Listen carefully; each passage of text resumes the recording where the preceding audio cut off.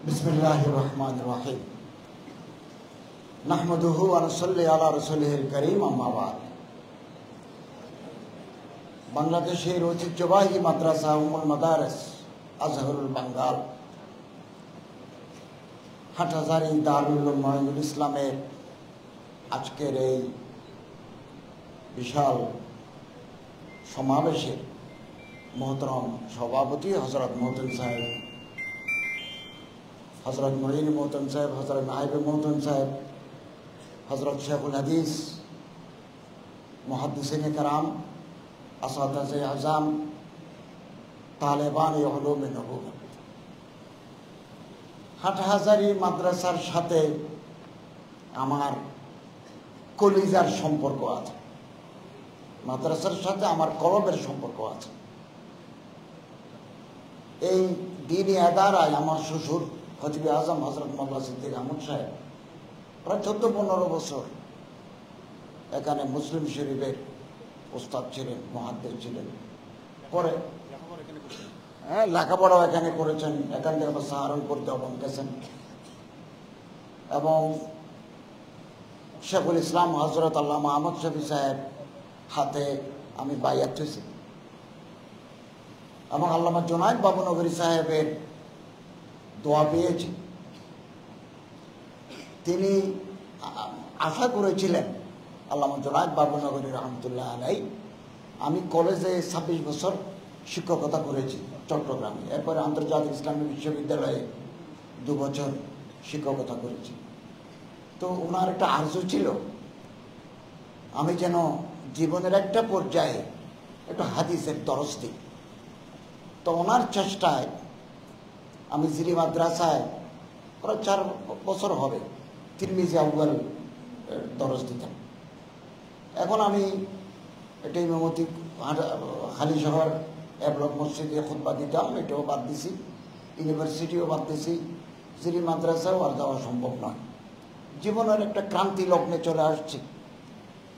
আল্লাহ যতদিন কাজ করার শক্তি দেন করব, আল্লাহ তাআলা রহমত কামনা করব, আপনাদের দোয়া কামনা করব। হাটহাজারী মাদ্রাসা সারা বাংলাদেশে হাটহাজারীর আবনা, হাটহাজারীর ছাত্র ছড়িয়ে ছিটিয়ে আছে। এলমের এত বড় খেদমত বাংলায় অন্য কোনায় তারা করতে পারেন না। এই হাটহাজারী মাদ্রাসায় একেবারে টেকনাফ থেকে পঞ্চগড় পর্যন্ত মাদ্রাসার বিভিন্ন এলাকার ছাত্ররা ইলমে দ্বীন হাসিল করছে, হাসিল করে আবার তারা তালিম ও তাআল্লুম, দরস ও তদরিস, দাওয়াত ও তাবলীগ, সমাজি কার্যক্রম অংশ নিচ্ছেন। এটা বিশাল অবদান। এই অবদান কিয়ামত পর্যন্ত জারি থাকবে ইনশাআল্লাহ। আমি আপনাদেরকে বলি, এই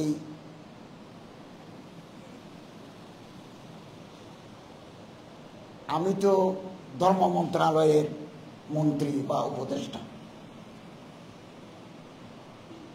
আমার মন্ত্রণালয়ের অধীনে খ্রিস্টান কল্যাণ ট্রাস্ট, বৌদ্ধ কল্যাণ ট্রাস্ট, হিন্দু কল্যাণ ট্রাস্ট, ইমাম মুয়াজ্জিন কল্যাণ ট্রাস্ট আছে। আমি সবগুলো ট্রাস্টের চেয়ারম্যান। আমি মুসলমানদের যেমন মন্ত্রী, আমি হিন্দু বৌদ্ধদেরও মন্ত্রী। অতএব আমাকে হাটহাজারী মাদ্রাসায় যেমন আসতে হয়, আমাকে শীতকালী মন্দিরে যেতে হয়। It is necessary. আর না হলে আমি রাষ্ট্র চালাতে পারবো না। এবং জন্মাষ্টমীতে এটা আওয়াজ চলে আছে 52 বছর যাব, বদলাতে পারবেন আপনারা জনগণের ম্যান্ডেট নিয়ে, খোলাফায়ে রাশিদিনের আদলে রাষ্ট্র চালাবেন, এরকম ম্যান্ডেট নিয়ে আসলে পরিবর্তন আপনারা করতে পারবেন। এর আগে পারবেন না, আমি পারবো না। এটা দুর্গাপূজা আসন্ন, দুর্গাপূজার দিন আকলিয়ত যারা আছে, যাদেরকে বলা হয় মাইনরিটিস, এদের তাদের বড় পূজা, এদের সম্বর্ধনা বঙ্গভবনে হবে। রাষ্ট্রপতি, মহামান্য রাষ্ট্রপতি থাকবেন, আমি থাকবো ধর্ম মন্ত্রণালয়তে। জন্মাষ্টমীতেও ছিল। এটা আমাদের করতে হবে। দেশ যদি আরেক ধরনের আপনারা করে ফেলতে পারেন, এখন যেমন দেশ আরেক ধরনের হয়ে গেছে, আমরা আসছি আপনারা যদি জনগণের ম্যান্ডেট নিয়ে, জনগণের সাপোর্ট নিয়ে, কিন্তু অতীতের ইতিহাস তো বেশি ভালো নয়। আমরা তো আলেমরা বিভিন্ন দলে বিভক্ত, আমাদের মধ্যে অহুবত কোথায়, বরাবরি কোথায়, ভাইচারগি কোথায়? স্বাধীনতার 52 বছর পরেও যদি আপনারা ঐক্যবদ্ধ হতে পারেন, রাষ্ট্রকে আরেক ধরনের করবেন কোন আদর্শের ভিত্তিতে, এটা করার হক আপনাদের আছে। এটা করে ফেলেন না, তারপরে যেটা আপনারা চান সেটা করতে পারবেন, করতে পারবেন। আমি সব সময় ওয়াহদাত উম্মতের পক্ষে। মানুষ আমার গালি দেয়, তো গালি দিলেও দিবে, আমার যদি ইখলাস থাকে, আল্লাহ রাব্বুল ইজ্জতের এনায়েত থাকে, আমি কামিয়াবি লাভ করবো ইনশাআল্লাহ। আমি রাজশাহী গেছি 4-5 দিন আগে, নেমে গেছে আহলে হাদিসের মাদ্রাসায়, 2টা আহলে হাদিসের মাদ্রাসা ভিজিট করেছে।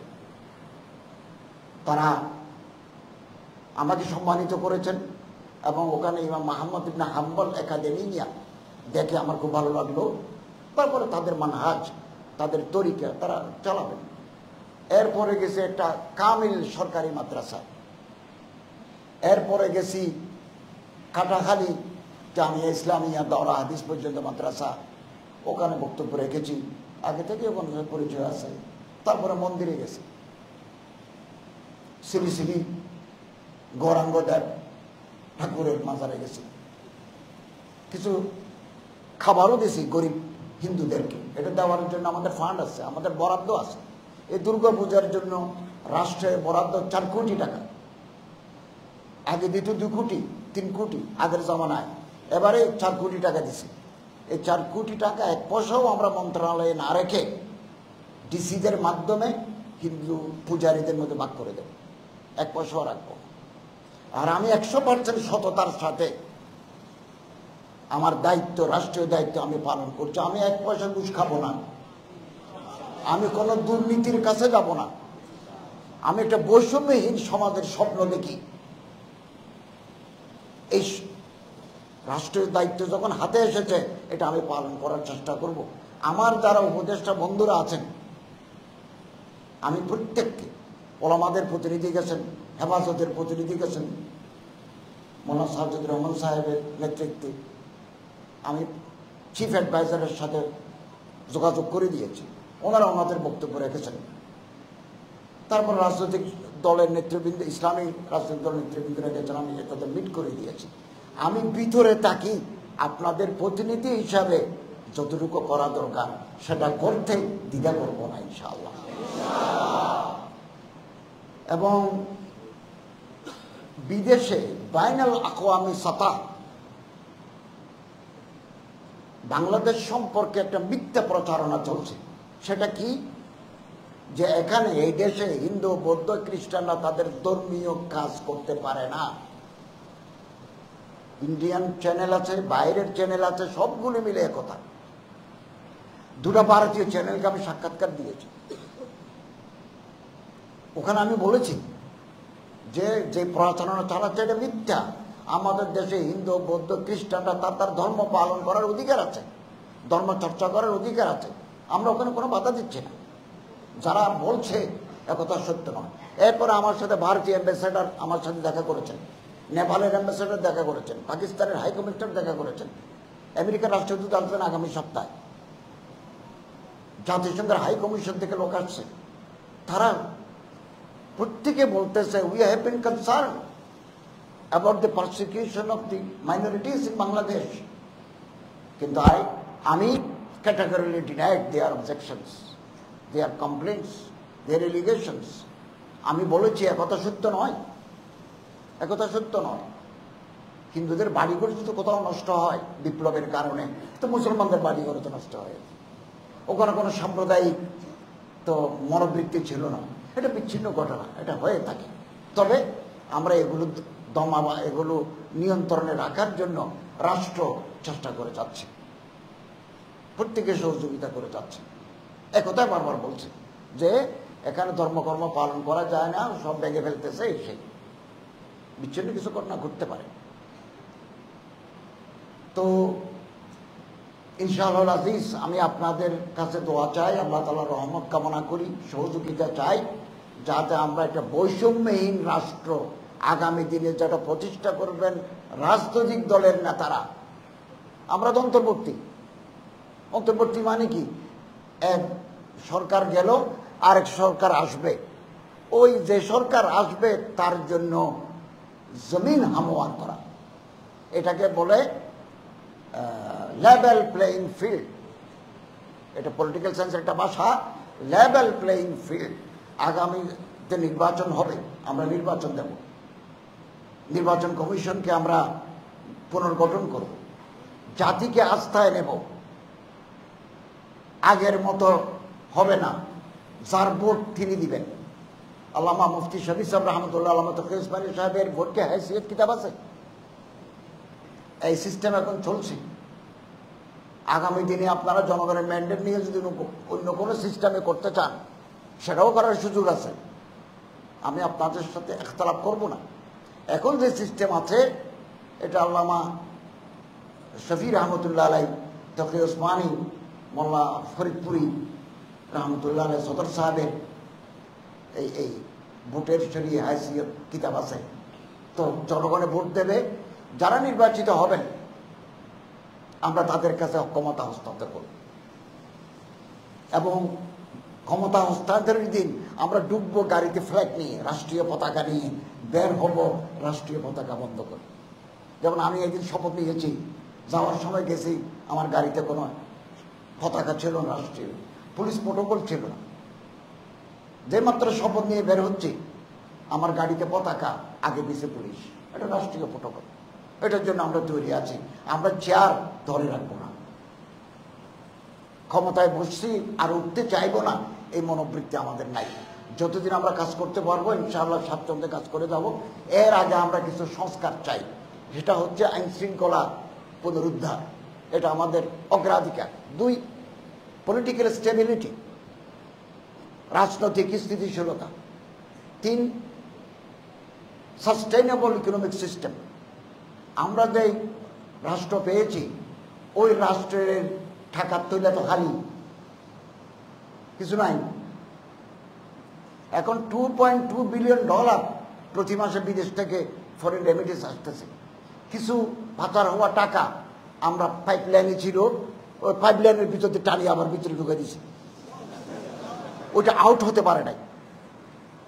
দেশটা তো আমাদের সবার, এদেশের সম্পদ যারা বিদেশে পাচার করে দেয় তারা কোনোদিন দেশপ্রেমিক হতে পারে না, কোনোদিন দেশপ্রেমিক হতে পারে না। তুমি দেশের সম্পদ। আরেকটা কথা কি জানেন, কপালে সজিদার দাগ, মুখে সুন্নতের দাড়ি, পোশাক সালেহীনের, এই চেহারা দিয়ে, এই সুরত দিয়ে বেশি লুটপাট হয়েছে, বেশি লুটপাট। আমারটা তো সাদা, এগুলো অন্য রঙের আছে, এটা দিই, কালো রং আছে, কত ধরনের রং আছে, এটা দিই। দুবাই, সিঙ্গাপুর, কানাডা, কয়টা বাড়ি লাগে মানুষের। আমার তো চট্টগ্রামে থাকার জায়গা নাই, আমি যেদিন মন্ত্রিত্ব ছেড়ে দেবো সেদিনও থাকবে না, কারণ আমার আয় কমে গেছে। আমার আয় ছিল তো, আমার তলব কুসবিল হালাল ফরিজাতের বাদাল ফরিজা। তকি উসমানী সাহেব ইসলাহি খুতবাত এটা ব্যাখ্যা করেছেন। তো আমি মসজিদে খেদমত করতাম, মাদ্রাসায় খেদমত করতাম, ইন্টারন্যাশনাল ইসলামিক ইউনিভার্সিটিতে আর দারাসাতুল ইসলামিয়া, আল কোরআন ও দারাসা আল ইসলামিয়া, ওখানে পড়াতাম, লেখালেখি করতাম, আমার অনেক আয় ছিল। এখন তো রাষ্ট্রীয় দায়িত্ব পালনের কারণে কিছু করতে পারি না, আয়ও কমে গেছে। তারপরও আমি মনে করলাম এটা জীবনের একটা মারহালা, জীবনের একটা অধ্যায়, কিছু কাজ করে দেখি না, কিছু পারি কিনা, চেষ্টা করতে তো অসুবিধা নাই, অসুবিধা নাই, চেষ্টা করে যাচ্ছি, একমাত্র আল্লাহ তাআলার রহমত। আমি যে দায়িত্ব নেব বা পাবো এটা আমি 24 ঘন্টা আগেও জানি না, আমি কারোর কাছে তদবির করি নাই। আমি ঘুম থেকে উঠে দেখি যে আমার মানুষ অভিনন্দন জানাচ্ছে, শুভেচ্ছা জানাচ্ছে, কি রাত 8:30টায় শপথ নেব, আমি 6:30 পর্যন্ত জানি না যে আমার শপথ নিতে হবে। ঠিক 7টায় আমার ফোন করে ক্যাবিনেট সেক্রেটারি বললেন যে মহামান্য রাষ্ট্রপতি আপনাকে উপদেষ্টা নিয়োগ করেছেন, 8:30 শপথ, আপনি বঙ্গভবনে চলে আসবেন, আমার গাড়ি পাঠাচ্ছে, আপনি কোথায় আসেন? তো আমি কাছে ছিলাম, তো গেছি। এটা তুমি জানি বিল্লা, আমার কোনো প্রয়াস নাই। এই জন্য হাদিস অনুযায়ী যেহেতু আমি ক্ষমতা চেয়ে নিই নাই, আল্লাহ তাআলার রহমত আমার উপর থাকবে, আর আমি সৎ জীবন যাপন করি, আমার কোনো বদভ্যাস নাই, আলহামদুলিল্লাহ। আখলাক জ্ঞান হেদায়েত নাই, আলহামদুলিল্লাহ। আমার উপর আল্লাহ তাআলার রহমত আমি কামনা করি, আমি আল্লাহ তাআলার সাহায্য পাব। এবং এই আমি আপনাদেরকে বলি, আমার ছাত্র ভাইদেরকে বলি, আপনারা এখানে আসছেন, ভাগ্য আপনাদের ভালো, সৌভাগ্যবান আপনারা হাটাজারি মাদ্রাসায় পড়ার সুযোগ পাইছেন। সবাই বড় বড় আলেম, বিশ্ববিখ্যাত আলেম, মুহাদ্দিসিন, আদিব এখানে আছেন। তো দম বদম দমরা গনিমত দাম, প্রতিটি নিঃশ্বাসকে গনিমত মনে করে আপনারা এরম হাসিল করবেন, জ্ঞান অর্জন করবেন। खिदमत उस्ताद अवायत हम सब खानी मदाम वरजरा तहकीक खानी ताशफी मर्द कमाल। उस्ताদের খেদমত করবেন, নিয়মিত সবাকে হাজির থাকবেন, এবং কোন শব্দ যদি কানে আসে, চোখে দেখি, এটা তাহকিক করব, তাহলে আপনি মর্দে কামাল, বড় হতে পারবেন। অন্তর বড় করতে হয়, দৃষ্টিভঙ্গি বড় করতে হয়, ছোট মন নিয়ে বড় কোনো কাজ হয় না। এই হামাগিরি আমাদের থাকতে হবে। আল্লামা ইকবাল বলেন, पत्थर शीशा टूट जाती है पत्थर की चोट से, ऐसे शीशा तलाश कर जिससे पत्थर टूट जाए। পাথর মারে দিলে গ্লাস ভাঙি যায়, এই যে দরজার গ্লাস, পাথর মারলে গ্লাস ভাঙি যায়। এমন গ্লাস তালাশ করো, পাবে তুমি, যেটা মারলে পাথর ভেঙে যাবে। মিল যায় তুঝে দরিয়া তো সমুদ্র তালাশ কর, নদী যদি পাও সমুদ্র তালাশ করো। একটা মুসলিম উম্মত যদি গঠন করতে পারি তো রাহবার তালাশ কর। আমি বারবার কথা বলি, মানুষ আমারে ভালো বলে, 70% মানুষ আমাকে ভালো বলে, 80% মানুষ আমারে ভালো বলে, 20% 30 মানুষ আমার নিয়ে সমালোচনা করে। তো করুক, করবে, তারা করবে। অতএব আসুন আমরা একে অপরের হাত ধরি, একটা বৈষম্যহীন ইনসাফ ভিত্তিক একটা সমাজ প্রতিষ্ঠার আমরা সূচনা করি। এটা বাস্তবায়ন করবেন, আমাদের হাতে সময় কম। কতদিন সময়? ইন্টারিম গভর্নমেন্ট, অন্তর্বর্তীকালীন সরকার, কতদিন সেটা আমরা জানি না, এটা আল্লাহ তাআলা জানেন। তবে কিছু সংস্কার করার আমরা সময় এবং সুযোগ পাব। এটা করেই, এটা মানুষের আকাঙ্ক্ষা। কারণ এখন যদি আমরা নির্বাচন দিই তো এ গেল বি আসবে, সি গেল ডি আসবে, ক গেল খ আসবে, মানুষের কি লাভ হইল? এই জন্য আমরা কিছু সংস্কার করে লেভেল প্লেইং ফিল্ড তৈরি করে নির্বাচিত সরকার যারা আসবেন তাদের হাতে ক্ষমতা দিয়ে আমরা চলে আসব। আপনাদের পরামর্শ চাই। আপনাদের, আমার মন্ত্রণালয় সম্পর্কে আপনাদের কোনো অভিযোগ থাকলে সেটা সরাসরি আমারে লিখতে পারেন। আমরা এগুলো ফাইল করতেছি, এবং ইনশাআল্লাহ আজিজ কোনো অভিযোগ থাকলে আমাদের বিভাগীয় পরিচালক আমার সাথে আছেন, তার সাথে আপনি যোগাযোগ করতে পারেন, অথবা কোনো পরামর্শ থাকলে সেটাও করতে পারেন। আমি ইনশাআল্লাহ আজিজ আপনাদের খেদমতে আছি। আমার হাতকে আপনারা শক্তিশালী করবেন। ফেসবুকে স্ট্যাটাস দেন কেন? আমাকে বলেন না, I am available everywhere in Dhaka, in Chittagong. আমি তো আসি, আপনি আমার চিঠি লিখতে পারেন। এটা না ইসলাহের তরিকা।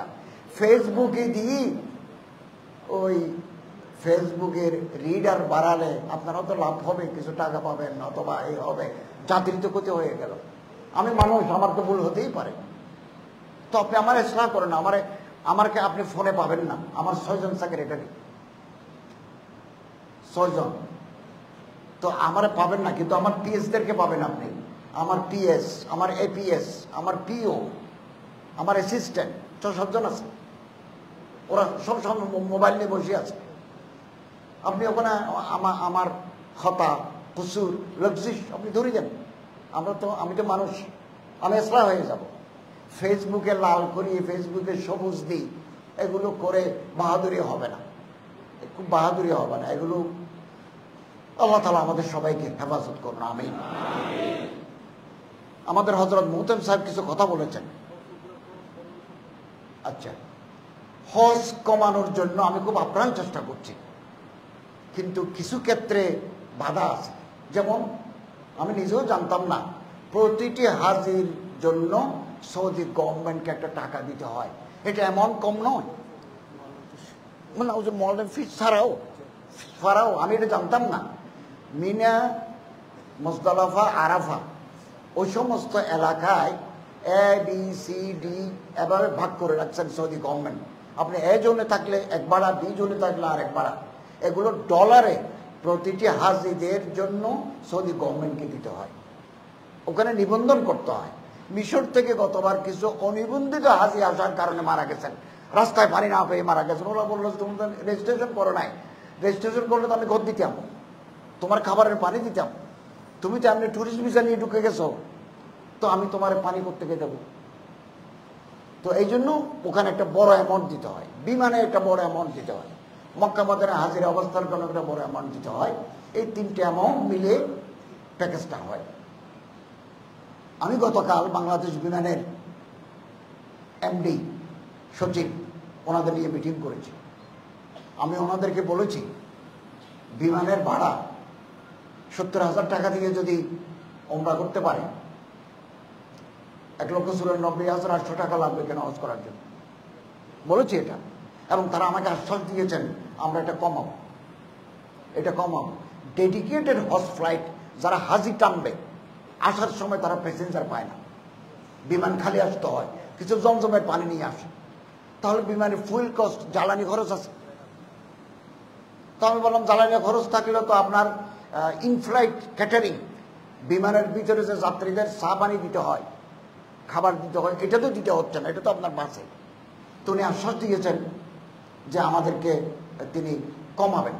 ইতিমধ্যে আমি মিশর airlines, Egyptian airlines, Saudi US Bangla airlines নিয়েছি। তারা কত টাকায় ঢাকা জেদ্দা টানে এটা নিয়েছে। আমাদের চিফ অ্যাডভাইজার সাহেব বিমানমন্ত্রী, ওনাকে আমি বলেছি বৃহস্পতিবার কালকে 11:30 বৈঠক আছে, আমি আবারও বলবো। তিনি বলছেন আপনাদের সাথে আমি বসবো। ফলে বিমানের ভাড়া ইনশাআল্লাহ আজিজ 1,94,800 থাকবেন, এটা কমিয়ে আনবো। এবং আমি 24 তারিখ সৌদি আরব যাচ্ছি, সৌদি হজ মন্ত্রীর দাওয়াতে। এখানে যেখানে ঘর ভাড়া হয় আমি বিভিন্ন স্পট দেখবো। ঘর ভাড়া তো আমরা ক্ষুদ্রকো কমাতে পারি। সৌদি যেটা বাক, এটা কমানোর সুযোগ এরকম বিশ্বব্যাপী ওনারা প্যাকেজ ঘোষণা করতেন। এ জোনে এত, ডি জোনে আমরা তাবু দেবে মিনাতে, আরাফাতে। এই তাবুর খরচ, ওখানে পানি, বিদ্যুৎ, এগুলো খরচ তারা নেই, সারা বিশ্বব্যাপী নেই। তারপরে আরো কিছু মাসাইল আছে, এগুলো নিয়ে আমি মাননীয় হজ মন্ত্রীর সাথে এগুলো কথা বলবো। তো আল্লাহ চাইতে যদি কিছু কমাতে পারি, কম প্যাকেজ ঘোষণা করতে পারবো। আমরা সাধারণত মিসফালা কুবরির আশেপাশে নিই, এটা 1.5 কিলোমিটার ফ্রম হোলি কাবা। আমরা যদি আরেকটা দূরে করে নিই, ডবল নিই, তাহলে আরো অনেক টাকা আমরা কমাতে পারবো। অর্থাৎ একটা প্যাকেজ না করে দুইটা প্যাকেজ আমরা ঘোষণা করতে পারি। একটু দূরে হলে কম প্যাকেজ, একটু কাছে হলে আর একটু বেশি প্যাকেজ। এখানেও আমরা কমাবো, ওখানেও কমাবো। এবং পানির জাহাজে হাজিদের মক্কায় সৌদি আরবে গমনাগমন নিয়ে আমি মাননীয় মন্ত্রীর সাথে কথা বলবো। এখন সুদান, মিশর, এই দুটো দেশ জেদ্দা সমুদ্র বন্দর ব্যবহার করে হাজিদের ঢুকায়। আমি মাননীয় মন্ত্রীর কাছে প্রস্তাব করব, টোকেন অ্যাজ এ টোকেন আমাদেরকে যদি 3,000 হাজি পারমিশন দেন, আমরা প্রথমবার জাহাজে পাঠাই দেখি না, সুবিধা কি অসুবিধা কি, যদি এটা ভালো ফায়দা দেয় তাহলে ম্যাক্সিমাম 3টা প্যাকেজ ঘোষণা করতে পারবো। একটা বিমান পথ, আরেকটা হচ্ছে পানির পথ। এটা যদি সৌদি গভর্নমেন্ট মন্ত্রী মহোদয় অ্যালাউ করে, তিনি যদি এজাজত দেন, আমরা চিন্তা করতে ছোট্ট প্যাকেজ আমরা এভাবে ঘোষণা করতে পারি কিনা, এটাও চেষ্টা করবো ইনশাআল্লাহ আজিজ। আগের তুলনায় এখন আমরা যেহেতু স্থিতিশীল গভর্নমেন্টের দিকে যাচ্ছি, ইনশাআল্লাহ আজিজ হজের টাকা কমাতে পারবো বলে আমার বিশ্বাস। এই অ্যামাউন্টটা খুব বড় হবে না, যতটুকু হয় কমাতে পারবো, আমি এই মেসেজ সবার কাছে দিচ্ছি। দ্বিতীয় বল, দরা হাদিসের সনদ এটা দিচ্ছেন, আপনারা পাইছেন, এটার মাঠ পর্যায়ের কার্যকারিতা নাই তো নাই। এটা কি আপনাদের গড়ে এনে দেবে কোনো গভর্নমেন্ট? আপনাদের তো দাবি জানাতে হবে। হাইয়াতুল আউলিয়া লিল মাদারিস আল কওমিয়া, ওয়াফাকুল মাদারিস, আওয়াজ উঠুক না, এগুলো করবে শিক্ষা মন্ত্রণালয়। শিক্ষামন্ত্রীর সাথে তিনি অনেক মুআক্কার এবং অনেক বয়োবৃদ্ধ মানুষ, আমার খুব সম্মান করেন, ইজ্জত করেন, তো আমি ভিতর থেকে শক্তি দেব, আপনাদের পক্ষ হয়ে কথা বলব, কিন্তু দাবিটা তুলতে হবে আপনাদের। তো আপনারা নীরব, কে দেবে? দুনিয়াতে কোনোদিন হয়? আমি উপর থেকে দিলাম, আপনি মুখটাও খুললেন না, তো আমার মধু তো বাইরে চলে যাবে ভাই। আপনাকে মুখ খুলতে হবে খাওয়ার জন্য। এই পর্যন্ত তো হাইয়াতুল আউলিয়া অথবা ওয়াফাকুল মাদারিস থেকে কোনো মানুষ শিক্ষামন্ত্রীর কাছে যায় নাই। একটা ওলামাদের প্রতিনিধি গেছেন 4-5 দিন আগে শিক্ষামন্ত্রীর কাছে, যে শিক্ষা ব্যবস্থা আমরা 100% ইসলামী চাইব না, ওনারা বলছেন, তবে যা আছে ওখানে ইসলামের বিরুদ্ধে আমাদের নবী করিম সাল্লাল্লাহু আলাইহি ওয়াসাল্লামের ইজ্জতের উপর হামলা হয়, আমাদের ঈমান আকীদা নষ্ট হয়ে যায়, এরকম কিছু থাকতে পারবে না। তখন শিক্ষামন্ত্রী বলেছেন, ধর্মমন্ত্রীর সাথে আমার কথা হয়েছে, আমি 2012 সালের সিলেবাসকে সামনে রেখে এটা তলমিম করছি, আশা করি আপনাদের চাহিদা পূরণ হবে। ওনারা আবার আমার কাছে দেখা করতে আসছেন। তো শিক্ষামন্ত্রীর সাথে যখন আমি কথা বলি, আমি বললাম, স্যার, শিক্ষা ব্যবস্থা নিয়ে আপনাকে চিন্তা করতে হবে, মানুষের চাহিদা এটা নিয়ে বিগত সরকারের আমলে অনেক হয়েছে, অনেক আপত্তিকর জিনিস এখানে ঢুকে গেছে। তিনি বললেন, আমি এক্সপার্ট দিয়ে এগুলো পরীক্ষা করাচ্ছি, 2012 সালের আগেরগুলো থাকবে না। তিনি বললেন, আগে যে উল্টাপাল্টা ছবি ছিল এই ছবি নেই, এখন টুপিওয়ালা ছবি দিচ্ছি। ডোল ছিল যে ডোল বাদ দিছি তো। তা আমি বললাম, স্যার এলজিবিটি হবে, এলজিবিটিও বাদ। আবার কালকে দেখা হবে, কালকে আবার বলবে। তো আপনারা ওয়াফাকুল মাদারিসের দাবি নিয়ে কি চান? আপনারা অনেক কিছু চাওয়ার আছে, আমি কথা দিচ্ছি, আমি 100% আপনাদের সাথে আছি। আমি হাটাজারির মাঠে যেমন খোলা মাঠে আছি, আমি সচিবালয়েও ভিতরে যেখানে আইন প্রণীত হয়, যেখানে কার্যকর হয়, সেখানেও আমি আপনাদের সাথে আছি। কিন্তু আপনাদের তো এটা ডিমান্ড করতে হবে, আপনারা তো করতে পারেন যে এই সনদ দিয়ে বিভিন্ন মসজিদে যে ইমাম নিয়োগ করা হয়, সেনাবাহিনী, বিমান বাহিনী, নৌবাহিনী, খতিব নিয়োগ করা হয়, কামেল হাদিস, কামেল ফিকহ, দাওরায়ে হাদিস। দাওরায়ে হাদিস আবার ওয়াফাকুল মাদারিসের স্বীকৃতি, হাইয়াতুল আউলিয়া, এটাও লিখে দিতে পারেন।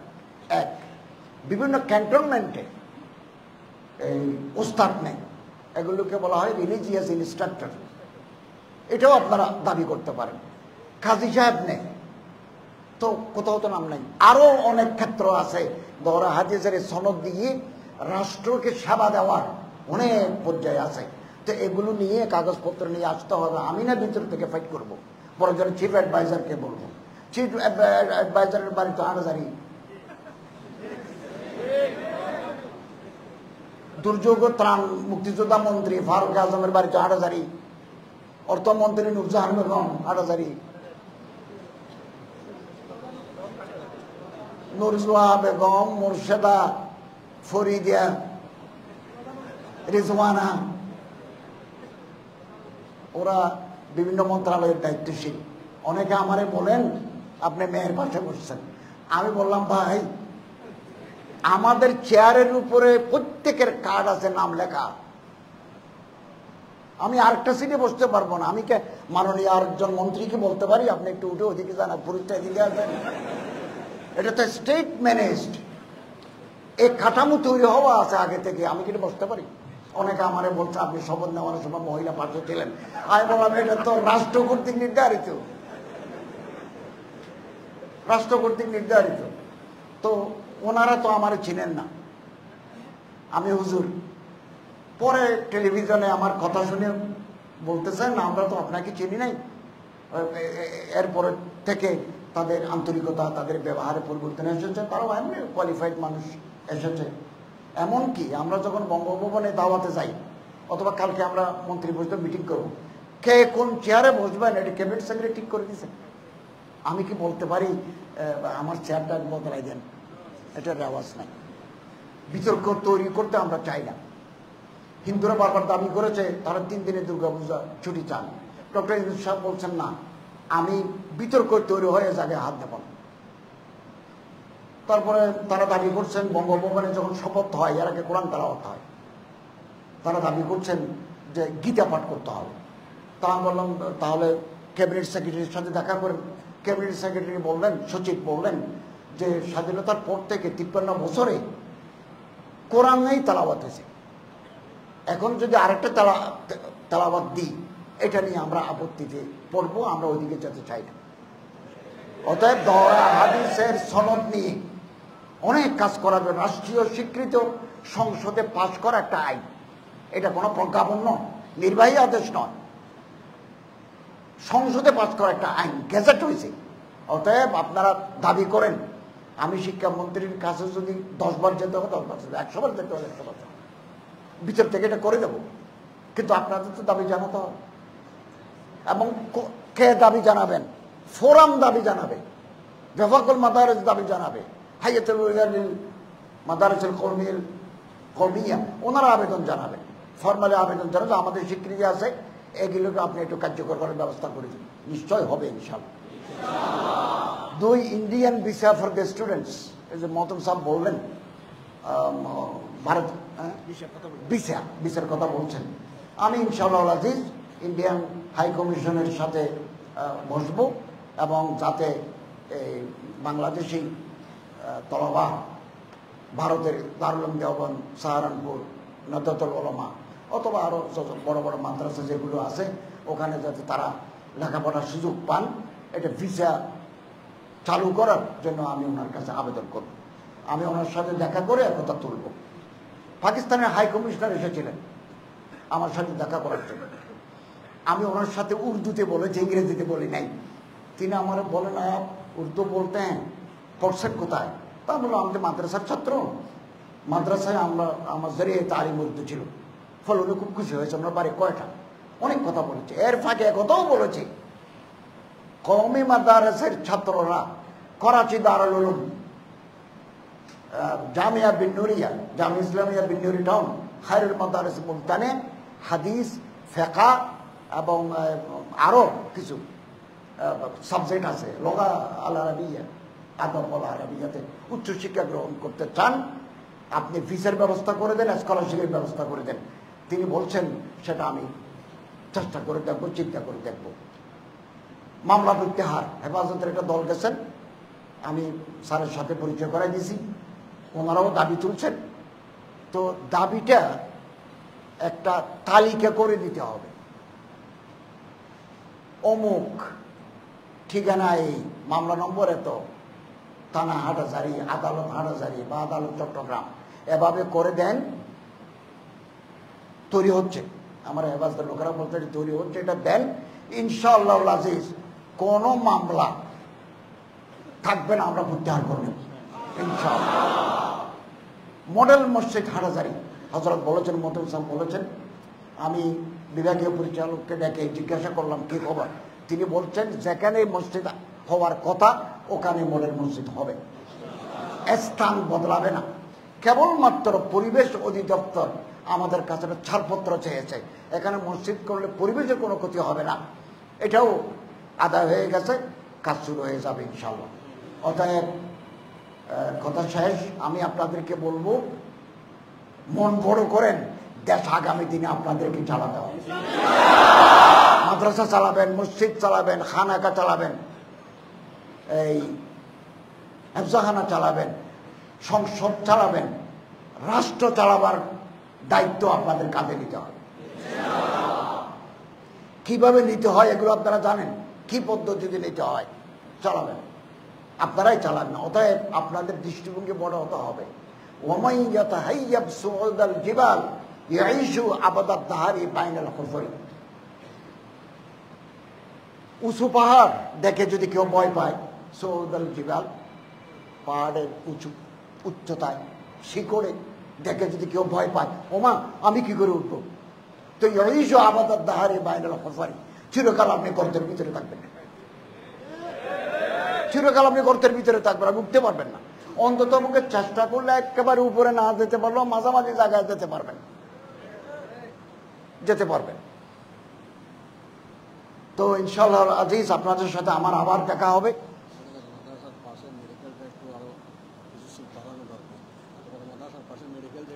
এটা গভর্নমেন্টের আমাদের জসিম ভাই আমার ছাত্র জমানা থেকে আমার বন্ধু আর কি। আমি যখন চট্টগ্রাম বিশ্ববিদ্যালয়ে পড়ি, উনি তখন হাটাজারিতে পড়েন, তখন থেকে জসিম ভাইয়ের সাথে আমার উঠা বসা। আমরা তখন থেকে আন্দোলন করেছি এই দেশে একটা বিপ্লব তৈরি হকের স্বপ্ন দেখেছে মৌলানা জসিম সাহেব সহ। তো উনি আমার প্রস্তাব দিচ্ছেন হাটাজারি মাদ্রাসার পশ্চিমে যে হাসপাতাল আছে ওখানে কিছু আসন বৃদ্ধি করার জন্য। এই স্বাস্থ্য মন্ত্রণালয়ের যিনি উপদেষ্টা নূরজাহান বেগমের বাড়ি হাটাজারি, উনি আসবেন তো, ওনার ধরেন না বেড বাড়াই দেন। আমাকে যদি বলতে হয় আমি বলবো ইনশাআল্লাহ।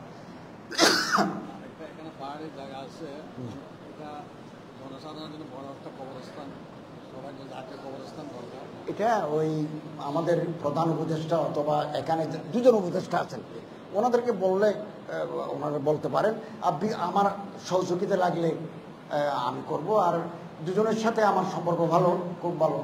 ফারুক আজম সাহেবের সাথে সম্পর্ক আরও ভালো। তো ইনশাআল্লাহ আজিজ আপনারা অগ্রসর হলে আমরা চেষ্টা করব।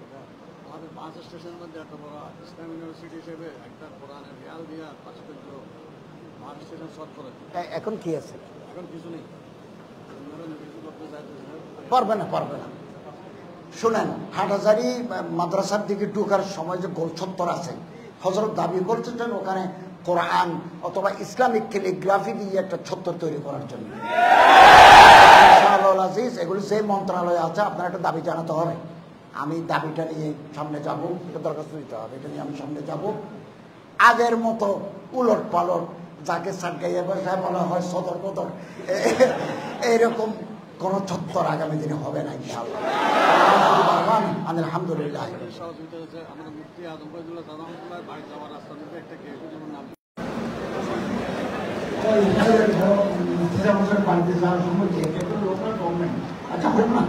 আপনারা দাবি জানালে কিছু বলবেন তো আপনাদের প্রতি শুভেচ্ছা জানাই এবং আবার দেখা হবে এই প্রত্যাশা ব্যক্ত করে। আসসালামু আলাইকুম।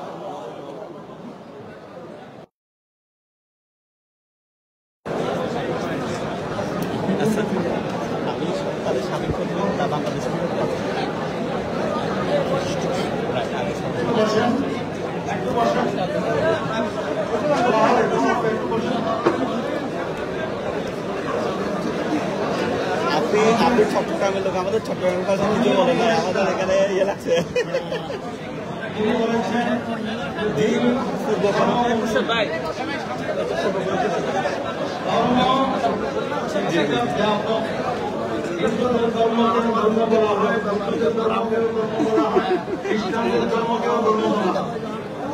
আমরা আপনাকে আগামীতে এমন একটা মন্ত্রণালয় দেখতে চাই যে মন্ত্রণালয়ের মন্ত্রী হবেন শুধু মাদ্রাসা আর মসজিদে আসবেন। যে কালের কন্যা জাহাঙ্গীর ভাই।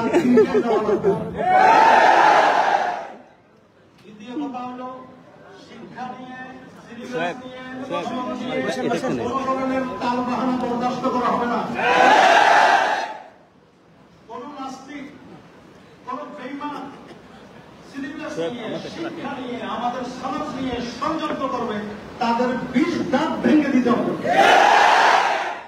মাননীয় ধর্ম উপদেষ্টাকে অসংখ্য ধন্যবাদ, মোবারকবাদ। আমরা আনন্দিত, আপ্লুত আপনি এসেছেন, সময় দিয়েছেন। এই পর্যায়ে আমাদের মাঝে দোয়া মুনাজাত পরিচালনা করবেন অত্র জামিয়ার মুশরিফে মুহতামিম শেখুল হাদিস সাদরুল মুদাররিসিন আমাদের সকলের উস্তাদ হযরত মাওলানা শেখ আহমদ সাহেব মুদাজ্জিলুল আলী। আল্লাহুম্মা আমিন। আলহামদুলিল্লাহি রাব্বিল আলামিন والصلاة والسلام على أشرف الأنبياء والمرسلين وعلى آله وأصحابه أجمعين. اللهم انصرنا فإنك خير الناصرين. اللهم ارحمنا فإنك خير الراحمين. اللهم احفظنا فإنك خير الحافظين. اللهم اغفر لنا فإنك خير الغافرين. اللهم ارزقنا فإنك خير الرازقين. اللهم تب علينا إنك أنت التواب الرحيم. يا الله আমাদের মুআজ্জাজ মেহমান আমাদেরকে অনেক সময় দিয়েছেন, আল্লাহ আমরা শুকরিয়া আদায় করি। তিনের জন্য দোয়া করতে আছি, সবাই আমরা দোয়া করি।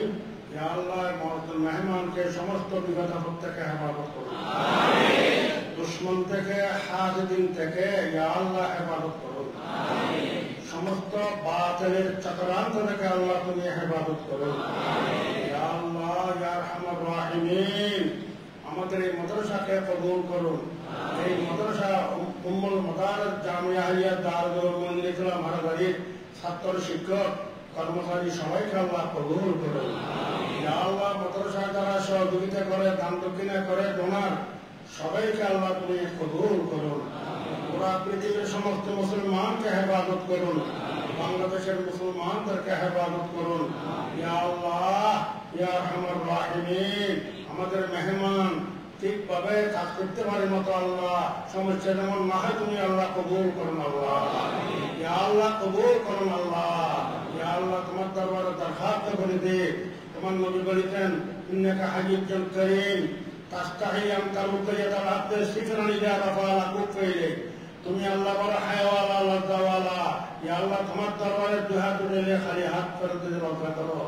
ইয়া আল্লাহ আমি মুআজ্জাজ মেহমান মুসাফিরকে নিয়া, উলামায়ে কেরামকে নিয়া, তালেব ইলমদেরকে নিয়া তোমার দরবারে দুই হাত উঠাইলে খালি হাত করে দিও না, আমাদের প্রত্যেকের নেক মকসুদ পুরো করিয়া দাও। রব্বানা তাকাব্বাল মিন্না ইন্নাকা আনতাস সামিউল আলিম ওয়া তুব আলাইনা ইন্নাকা আনতাত তাওয়াবুর রহিম। وصلى الله تعالى على خير خلقه محمد وآله وأصحابه أجمعين وارحمنا معهم برحمتك يا أرحم الراحمين.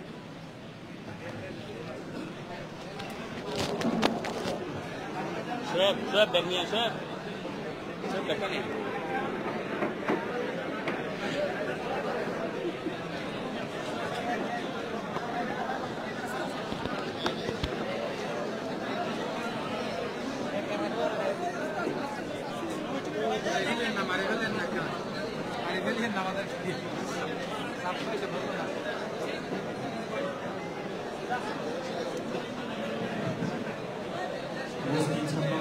আকর্ষণ করছি আমরা এখানে বেরিয়ে না জমিয়ে আমাদের দরজের পূর্ব পাশে যে দরওয়াজা আছে মেহরবানি করে আমরা সেই দরওয়াজা দিয়ে বাইরে হয়ে গিয়ে ভালো হয়।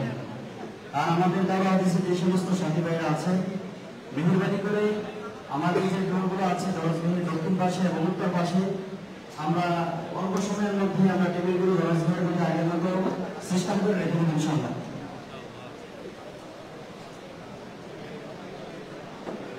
যে সমস্ত ছাত্রীরা আছে আমরা অবশ্যই পূর্ববাসী দরজা দিয়ে বাইরে হয়ে যাই।